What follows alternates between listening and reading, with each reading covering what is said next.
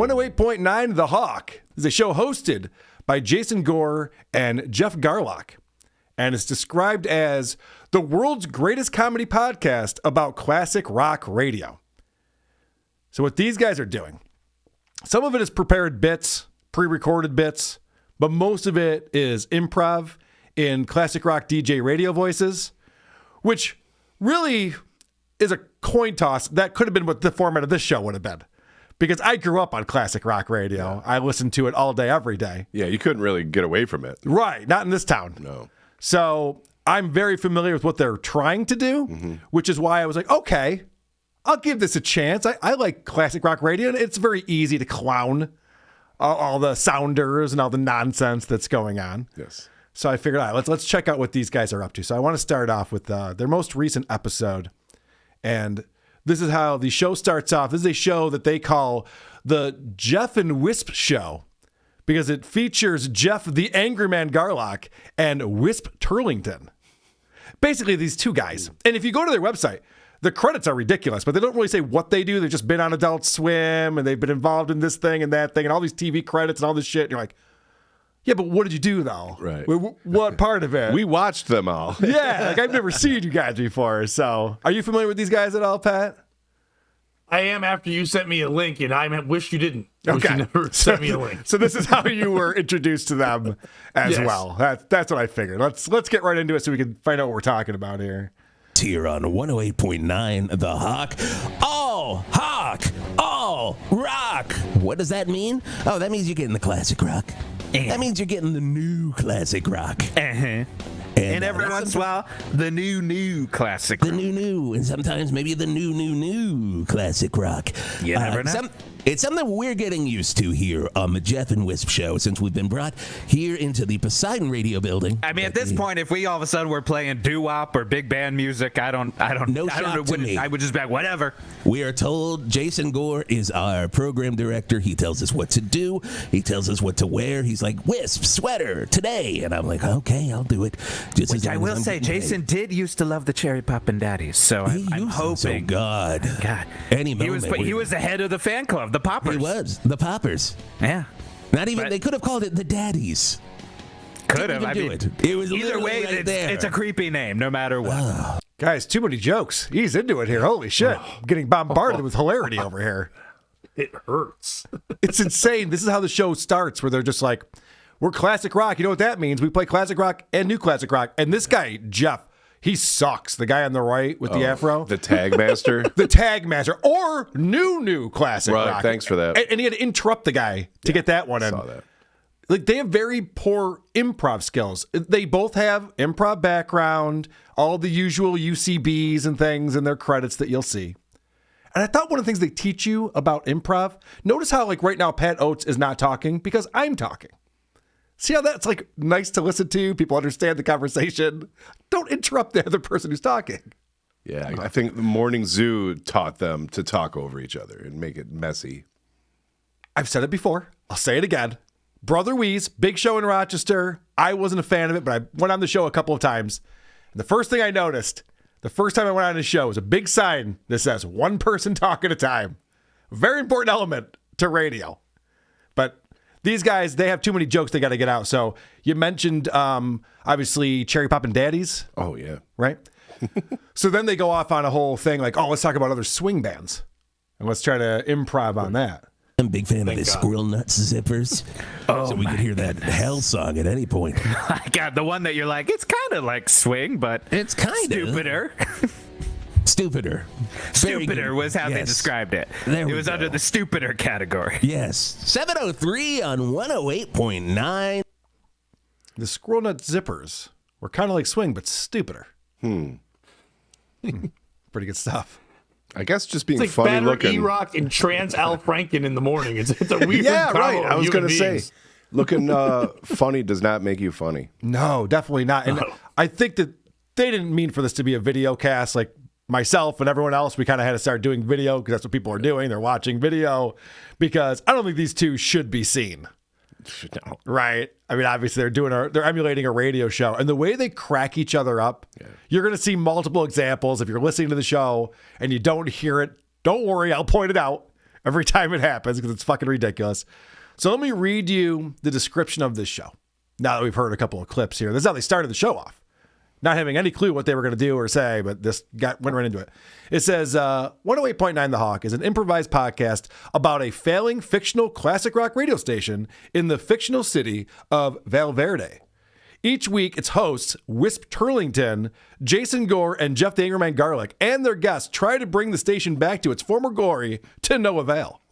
With a cast of characters including Art Spart, Greg Lemonsour, Mickey Mac, Bobby Dalton, Big Truck, Jeff and Melinda Tilt, and many, many, many more.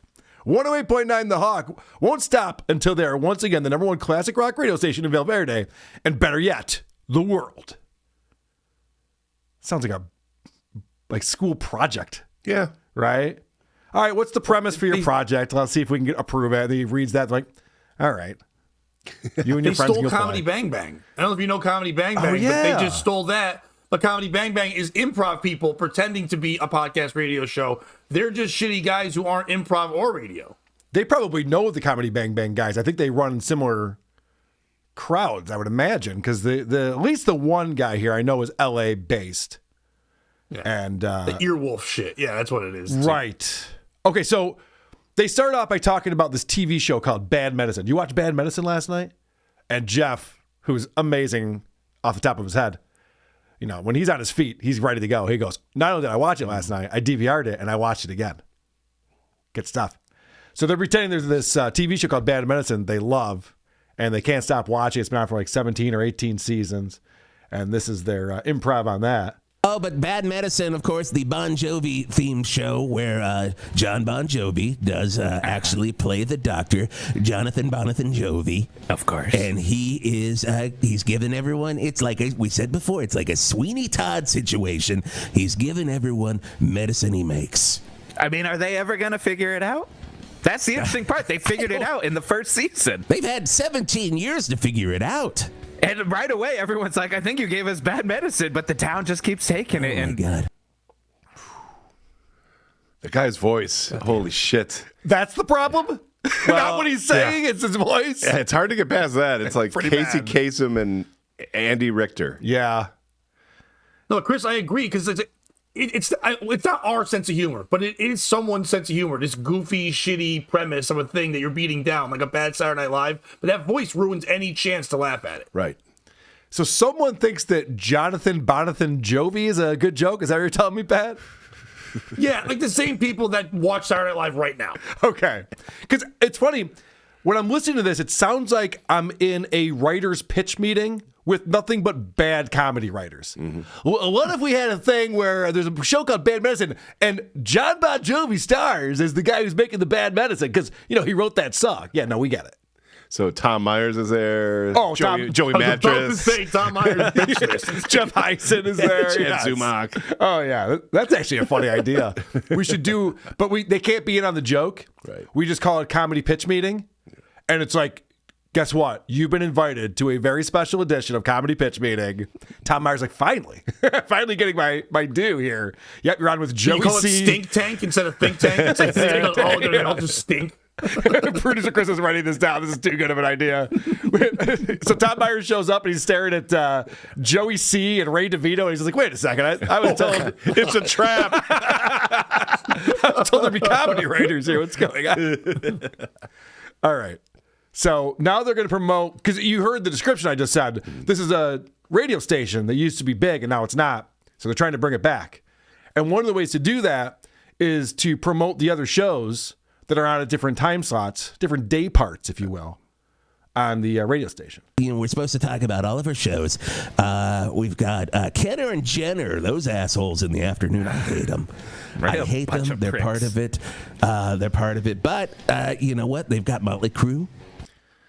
Funny stuff already, right? Yeah. Like those assholes. I hate that show. Okay. I don't think your PD is going to appreciate that. You'll probably get a talking to, but I hope they do get fired. wouldn't that be funny? But I'm the PD and yet I still got fired myself. I'm sorry you've been replaced. All right, so this is so bad what you're about to see. Let me just set it up. So he's saying they're going to have Motley Crue on. And who's the guitarist now? Johnny Five is their guitarist because Mick Mars couldn't tour with them. Sure. Okay. So they talk about getting Mick Mars to be on their show for an interview. And this Jeff guy does a Mick Mars impression. I mean, close your eyes. Okay. All right, you won't even know. But the worst part is the other asshole decides, let's turn this into a bit. Check this out. This afternoon with John 5 and a secret. I called Mick Mars. My good best friend in the whole world. I said, Mick Mars, Kenner and Jenner want you on the show today. Can I take a guess of how he answered? Okay, let's play it. Hello, Wisp Shirlington. Oh, hey, Mick, what's going on? Do you like that? Ruined the bit. The guy goes, he goes, whoa, hold on. No, I got this. That impression's great. How about let's recreate the phone call. I want some of this action. He yelled the punchline first. Yeah, right. Holy shit. That's great. So what happens next is they do these things where they play these commercials, these fake commercials for fake businesses. They're all on Hog Street, which is hilarious, obviously. And this is a place called Nighty Night Mattress Store. And I guess what they're saying is the premise here, and listen closely because there's a bunch of bits that are following up on this. In fact, this entire episode becomes this. But the premise here is that this is an old-timey radio commercial that everyone remembers, like Mikey Likes It or any of those commercials from the old times that we all can recite still to this day. And so that's the premise. They're gonna replay this old commercial and then bring on the guy who's the son in this commercial, the little kid in this commercial. Okay, so that's the important thing to know. And here's the commercial. You'll remember it immediately. Boy, oh boy, oh boy, oh boy, do we have the mattress deals at Nighty Night Mattress Store, where my name is not Jeff Nighty. But Dad, that's your name. Shut up, son. Yes, Nighty Night is running a special beyond any special any mattress store in Val Verde has ever thought of running. Hey, Dad, watch this. Son, get off the mattress. Why? But make sure you don't let my son on the mattress. Dad, no. Because he's going to ruin it like he ruins everything. Just give me a chance. And you can give us a chance at Nighty Night Mattress Store. Nighty Night Mattress Store, 894212 Hog Street, Val Verde. Right off of Mac. Blah, blah, blah. We don't need to know. We know where it is. Did you see Jeff laughing at that as it was playing? He wrote it. He obviously wrote it. Yes, and acted in it because he was very excited about it. He's like, can you believe this? This is great. Okay, so now that's the commercial that they're replaying for nostalgic purposes. And now Chet Knightley, the son who wants to jump on the mattresses, is their guest on the show. And we know that young voice, but not so young anymore, ladies and gentlemen. Chet Knightley. Hey guys, it's me, Chet Knighty. Good to be here on the Hawk. My dad loved this station. Oh, we loved him. Always loved it when our ads would pop up. It always cranked the radio, so we could hear it in the house or the car. And just great to be with you guys to honor my dad. Wow, he had nothing. You'd think he'd have at least Jeff Heisen on Tom Myers. I always pointed out. At least has thought of something to say. It's not great, but he's thought of something that he's going to say once he comes out and starts talking. They're like, and here he is. Chet Knightley's just like, hey guys, yeah, I'm Chet. I remember the thing you just played, and I got nothing. Those are all the notes I have. Good Mythical Morning? No. Oh wait, I think we covered that. It's a YouTube thing. It's a morning show thing. This guy's on Good Mythical Morning. He's their crazy character guy. Oh, my kids watch it sometimes. So he's known for being the wacky sketch guy that yells edgy, wacky things, and it's never really that funny because it's a really woke show. And that's another show you guys should do sometime. Good Mythical Morning, their whole channel is like food things and weird props and innuendos and shit. But this guy's on there. And I saw, I was like, oh, fuck, it's that guy. Okay. I actually, now that you say that, let me just look this up. I think we did cover that. Because it's a huge show. No, I guess we didn't. All right. We should look into that then. All right, good. Because I want to see more of this asshole because he's terrible at this. So he comes on. He's got nothing to bring to this. So now Chet Knightley is just going to repeat the same thing that Wisps says because he has no chops for improv whatsoever. Because, my God, we played that commercial. I can't tell you how many times I have said or even quoted the "just give me a chance" line in like a store. And everyone's like, ha ha ha, mattress store. We get it. Yeah, no. I mean, obviously the commercials were classics. People still yell, "Just give me a chance" at me. Yep. That's got to feel good, just walking down the street and people yelling at you on the street. Or maybe a solid Dad, no. True, Dad, no. There's just no flow to it. No, obviously nothing funny. The guy yells the thing that he said in the commercial, and then it comes back to him, and he's just like, yeah, like people say that thing to me. Like, yeah, no, that's what that guy just said. Come up with something different to say. Dummy. Yeah. They aren't giving him a chance to be the character anyway. They're just cramming their shit at him, but yeah, he's not bringing anything. All right, so now he comes up with something. I guess his dad died, and he's going to explain to us what happened with his dad dying. And normally, it's Father's Day tomorrow. Normally, I would say your dad dying would be a thing that's not fun and funny. But these guys find a way to make it hilarious. My dad perished earlier this year in a tragic box spring accident. Oh, my God. And he was that was going in the history books. He was a real G. Just bounced a little too high on a particularly bouncy box spring and hit a ceiling fan that was going really, really fast. Oh my! It was a real Twilight Zone situation. Twilight Zone the movie. And I did see you stifling laughter, and it is kind of a funny death when you hear it described. But when you get it described, you picture it. I mean, I think you said Twilight Zone. I pictured Burgess Meredith getting his head chopped off. Right. Yeah, it's just Come on, Rock. So an old man was bouncing on a box spring that was too bouncy and hit a ceiling fan. I'd have follow-up questions. These guys are just like, that's crazy. I'd be like, why was he jumping on a box spring? I mean, I know he sells mattresses. I get that. Owns the mattress store. But what was he doing? I used to do a fake radio thing on the tape recorder when I was about 10, and I wouldn't have touched that, honestly. Yeah, it's pretty bad. Yeah, I would have come up with something more violent.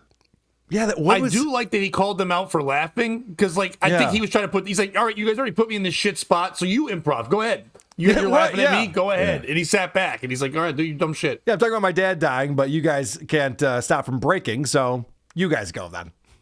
I know this guy's so bad at this. Not only is he talking over everyone, adds nothing. I'm talking about the guy in the upper right, Jeff here. Adds nothing, and it talks over people, but also breaks nonstop. Like, can't stop giggling and laughing. It's not a good look. You need to be the straight man on this. But if he is mocking, because I've been on a bunch of morning radio and worked at a radio station, a lot of the sidekick, the goofy, funny guy, does this. And if he's, I can't believe he's this good.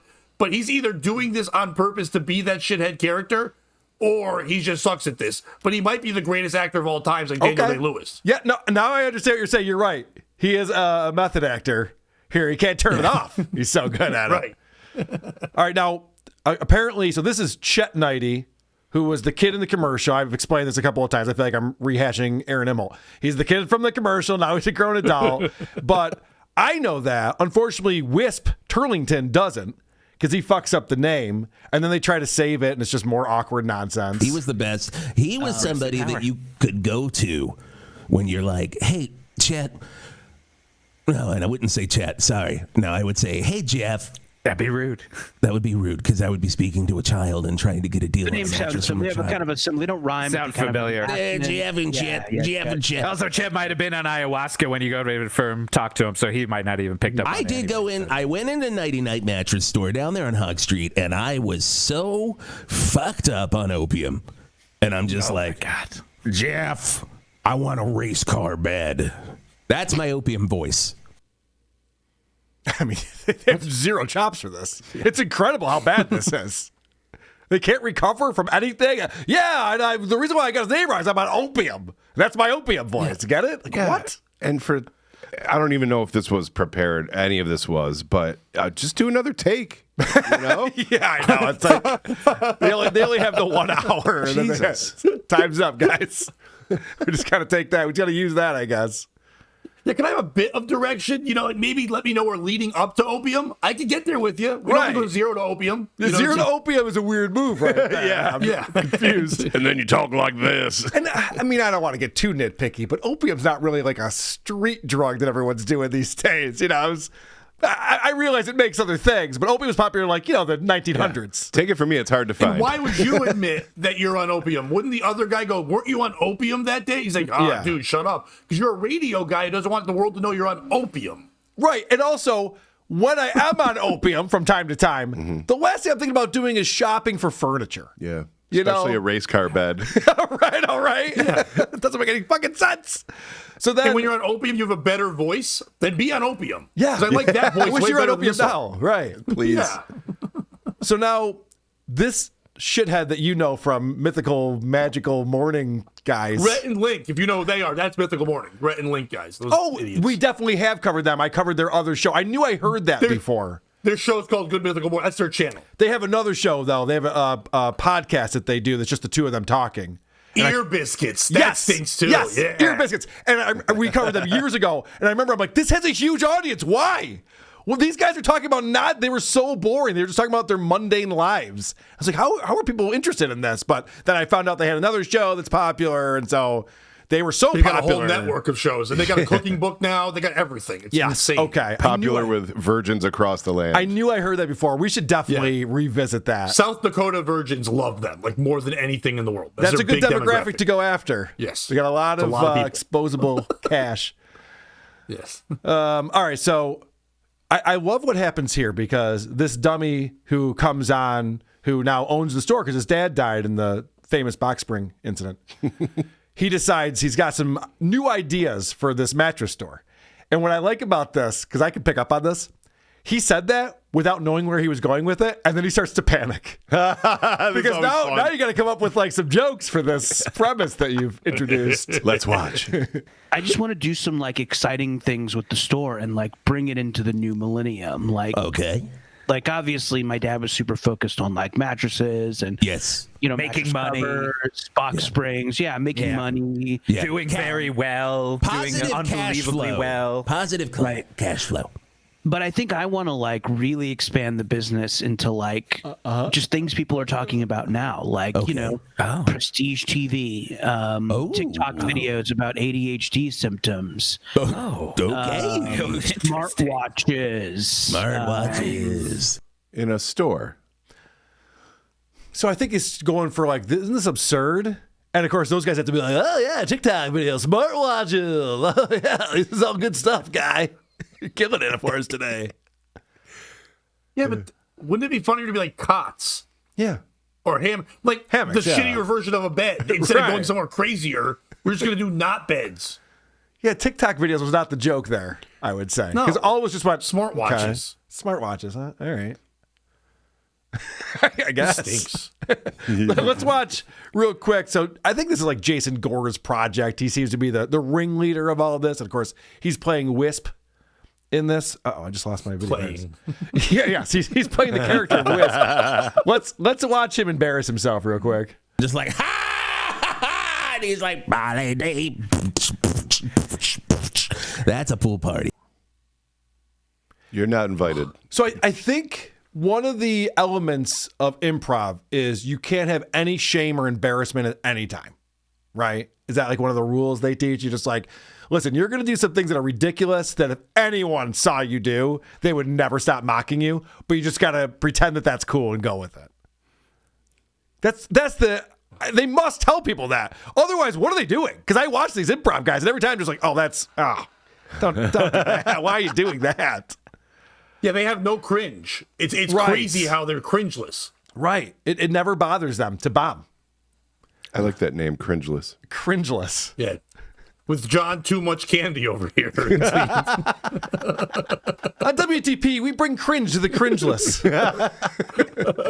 All right, so this is Buyer Beware. There's some hilarious jokes coming in. Buyer beware. If you're going to a DJ party in Vegas hosted by a cast member of Jersey Shore, you're maybe going to get ecto-cooler into some of your wounds. And that's why just simple. So that's an example of Jeff's sense of humor. Mm-hmm. So you're just like throwing out a bunch of like random, your DJ party and Jersey Shore and ecto cooler. I'm hearing Tom Myers. Wounds. Yeah. Oh my gosh, I got some Tom Myers jokes coming up. We're just like, well, how did you get from here to here? Because no one's following this logic. Isn't that all crazy things to talk about? Yeah, I guess. Don't really connect, so yeah, I guess that's... I bet it gets giggles from the other guys. Yeah. All right, let's get off of this topic of this. First of all, I'm fearing all the comments of, why are you guys covering yourselves? It's like, you two are those two. I'm this shitty guest who comes in and can't improv good. We're just handing him a softball, guys. That's all we're doing. I disagree, because what we're not doing is bits like this. So you guys are all thinking like, okay, they're not good at improv. That's not their strong suit. But maybe if they sat down and wrote a script, I'm sure they did. They'd have some funny things to say. Right. Well, let's find out an example. So now there's a new character coming in who's also played by Wisp. And this is Art Spart, and he does a traffic report. And you can't believe how stupid this is. I can't imagine, and it's a longer clip, so let me just set it up by saying this. I can't imagine coming up with this concept, starting to write it, getting a third of the way through it, and going, yeah, this is working. Like, this is one of those ones where you start to write and you're like, okay, this isn't, I just got to abandon this and try something else. And Val Verde. Oh my God. And now let's do it. Traffic! 108.9 The Hawk Traffic with Art Spart. Here come the squirrels. Da-na-na-na. Here come the squirrels. It's all right. Do-do-do-do-do-do-do-do. Great song, right? But instead of sun, I put in the word squirrels. Because downtown Val Verde is overrun with them, and it is causing quite a bit of traffic headaches. Now, I don't know if they escaped from the brand new squirrel farm that just opened up on Dave Mustaine Way, or if they escaped from the squirrel zoo over on Phil Lynott Avenue, or the 3 squirrel museums that have opened up after the original squirrel museum over on Cozy Powell Street decided to franchise. But Val Verde seems to love squirrels, and we are paying the price. Look, they are cute, and those little black eyes stare at you while chewing on a nut and standing on a log. It's adorable, and I would love to see... You seem uncomfortable, Chris. Do you want this to go on for another minute? Because it does. It does. I'll bet it does.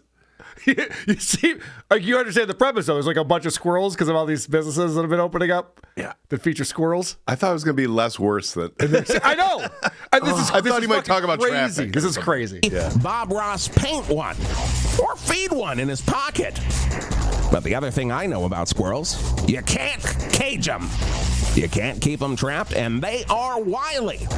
So when everyone had the same idea in the great squirrel boom of last year to make them into a roadside attraction, old Art thought to himself, good luck. I hope I'm not right about this. And I was. Because now we have thousands of squirrels who have made a great escape, and they are everywhere. And how do you stop a squirrel? I have no idea. I can warn you about them, but I cannot stop them. What I do know is Mayor David Lee Roth is out there with a pellet gun trying to take care of it himself. So long story short, stay home until either someone wrestles the gun away from our beloved mayor, or all the squirrels die from that cold front we got coming in later today.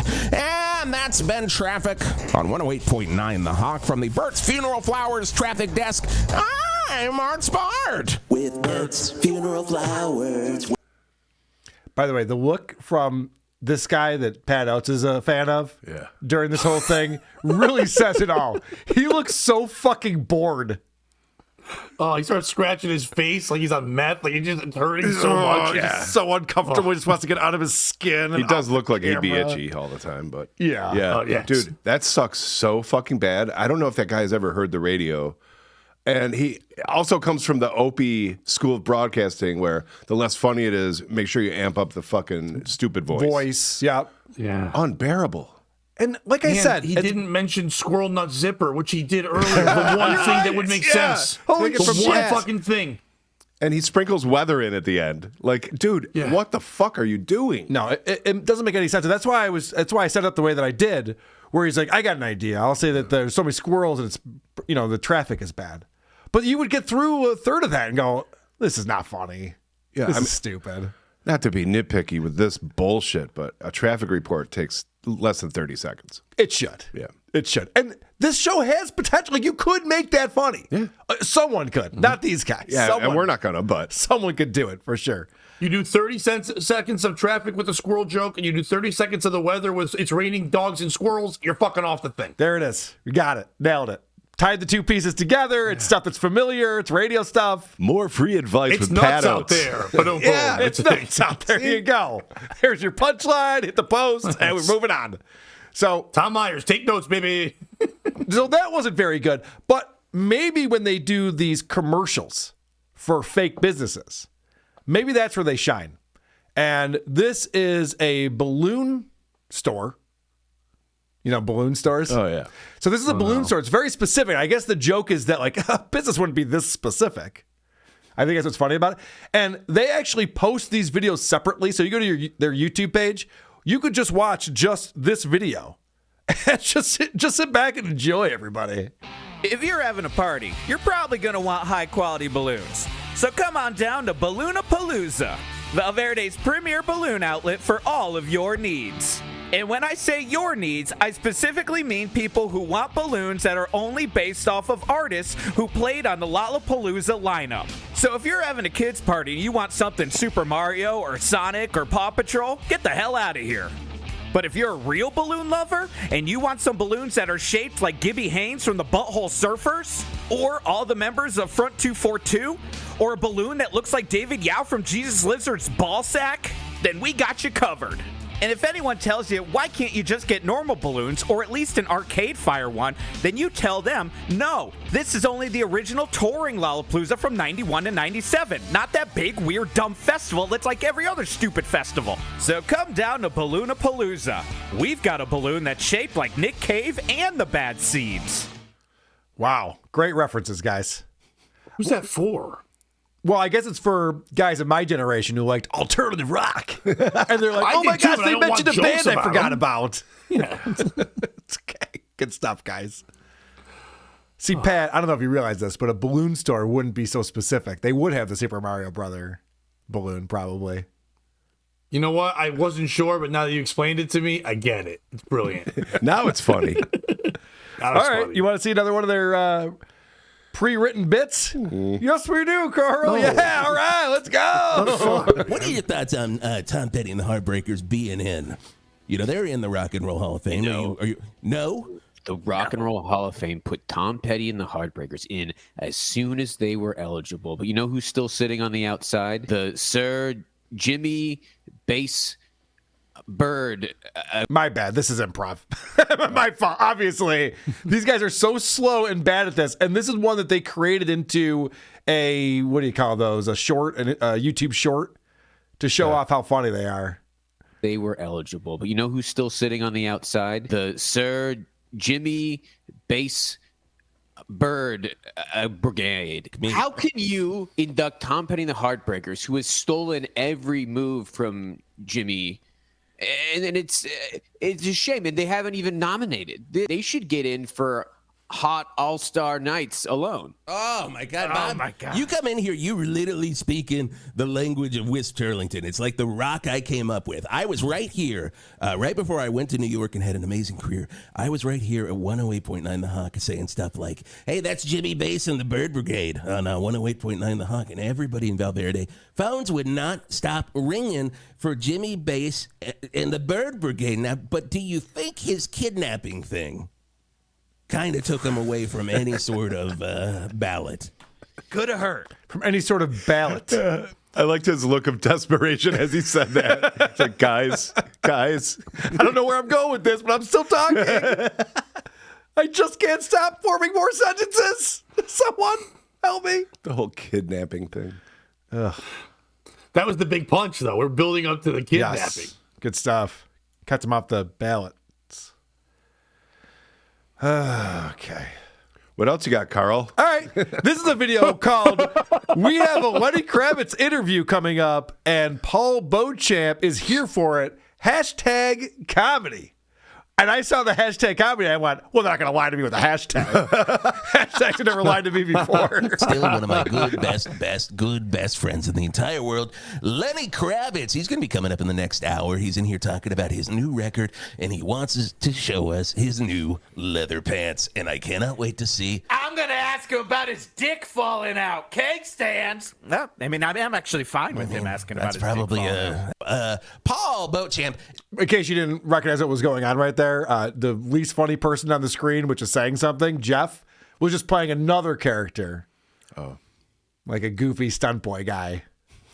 Do you think that that's a good question for all the Flow listeners to hear? Are they concerned about that photo or video of my good best friend in the entire world, Lenny Kravitz's hog, just falling out on stage? Well, of course, 1994 was a great year for smooth jazz. Was it? God, jeez. Kenny Was it G's really? Silhouette recently having been released, and no matter when that Kravitz Look at Jeff's hog cracking showed up at this. I think they'd have. Oh, he can't take it. It's so funny. It's so funny. Such as It sounds just like it. Going home. They're both dying. They're both dying. Because, I mean, this is an absurd premise, Pat. I don't know if you realize this, but smooth jazz radio guy is talking to rock jocks, and they just can't relate on anything.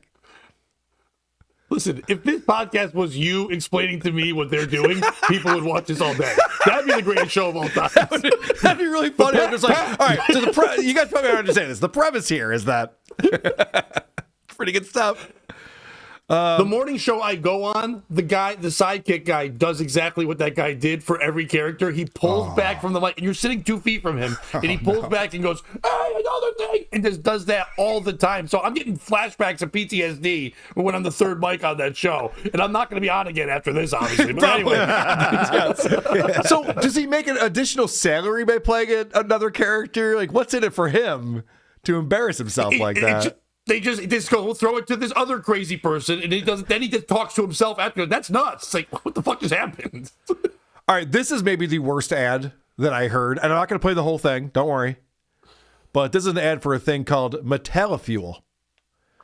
And it's one of those things where it's a very bad, loose premise, and they just decide to push it, like ram it into the ground so far, it will never be seen or heard from again. But apparently that's what makes improv funny. You're like, well, they can't still be talking about this and taking it this far, can they? So it makes it bad, guys. Don't fear it. Hear it on 108.9 The Hawk. Give me fuel, give me tires, give me chips that I desire. Those aren't just lyrics to a song, that's a way of life. Hi, this is James Hetfield from... Hi, this is James Hetfield. Pretty good impression. Vote for me. Hi, this is James Hetfield from Metallica. And if you're like me, you really do desire fuel, tires, and lots of chips. Fuel was never a metaphor, it was literal. And that's why I've opened my own gas station right in Val Verde. James Hetfield's Metallifuel. Yeah! Look, when you're on the road as long as I am, you need a break from all that headbanging. And you also need a break from Lars. That's why I get my hands dirty at Metallifuel. Is James Hetfield gonna give you a lube job on your car? Yeah! No. Fucking Jesus. Why did he do that? Is there a gun to his head? Who's making him do that? Yeah. It's the worst premise. It's the worst James Hetfield impression I've ever heard in my life. It's so embarrassing. It's so embarrassing. Okay, one more clip. Because if you thought that was bad, wait until they listen to some Eddie Vedder and do their impression of Eddie.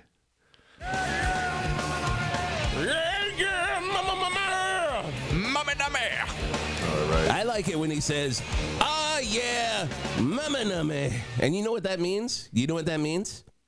We're going out for... I know what it means, but you tell me what it you want me to means. say? Well, I use Vetterstone, the only software that lets you know what Eddie Vedder is saying, and you can learn to speak Eddie Vedder. Vetterstone, fine sponsors of the Jeff and Wisp show right here on 108.9 The Hawk. And what he's saying is, hey, let's go out for pancakes after this show, guys. What do you think? And then Most people don't realize. Nobody knows. Nobody realizes it. The thing with Vedder speak, it's a lot like shorthand or like the stenographer. Why would that have anything to do with pancakes after the show? I mean, I get the premise, but it's they keep on this for a minute. In a courtroom. Oh, yeah, It's there's just- like 3 buttons. That's it for if you're having a keyboard that's just Vedder. You got 3 buttons, tops. Tops. Let's have a little conversation in better. I'm going to talk to you. No. Actually, I will talk to you first, and you talk in God's English, okay? I'll talk in my Lord and Savies. Is God's English a term? The King's English. King's English, yeah. Yeah. God didn't speak English. No. And that dude follows it up with Lords and Savies. I don't think he spoke at all. God's English. Up there, Savies. Up there in Savers. Savies. So I'm going to be Eddie Vedder, and then you can let everyone know what I'm saying to you, okay? Of course. Oh, of course, everyone. If you didn't realize that, Mr. Vedder there was saying, what type of syrup are you going to want on those pancakes? So he had to buy himself that much time. Oh, yeah, of course. If you guys couldn't tell, that was all a tactic to buy some time to think of something, and then it's back to the pancakes. He didn't even do an impression. He just did guitar noises. Like, at least Adam Sandler did voices and talked like him. You're right. That's a good point. It's not even close to something Eddie Vedder would sing. And of course, he is listing off the 3 types of syrups that Eddie Vedder prefers. That is, of course. You gave yourself a task now. Come up with 3 different syrups. Let's see. Here we go. All right. Standard, boysenberry, and then cookies and cream, which is an interesting Vedder choice, but that's what that last whoop means. All right. I think we get the point. Everyone get the point. I get the gist of this one. I get the Ray DeVito style gist of this show. I think we can move on from that. Who are these podcasts?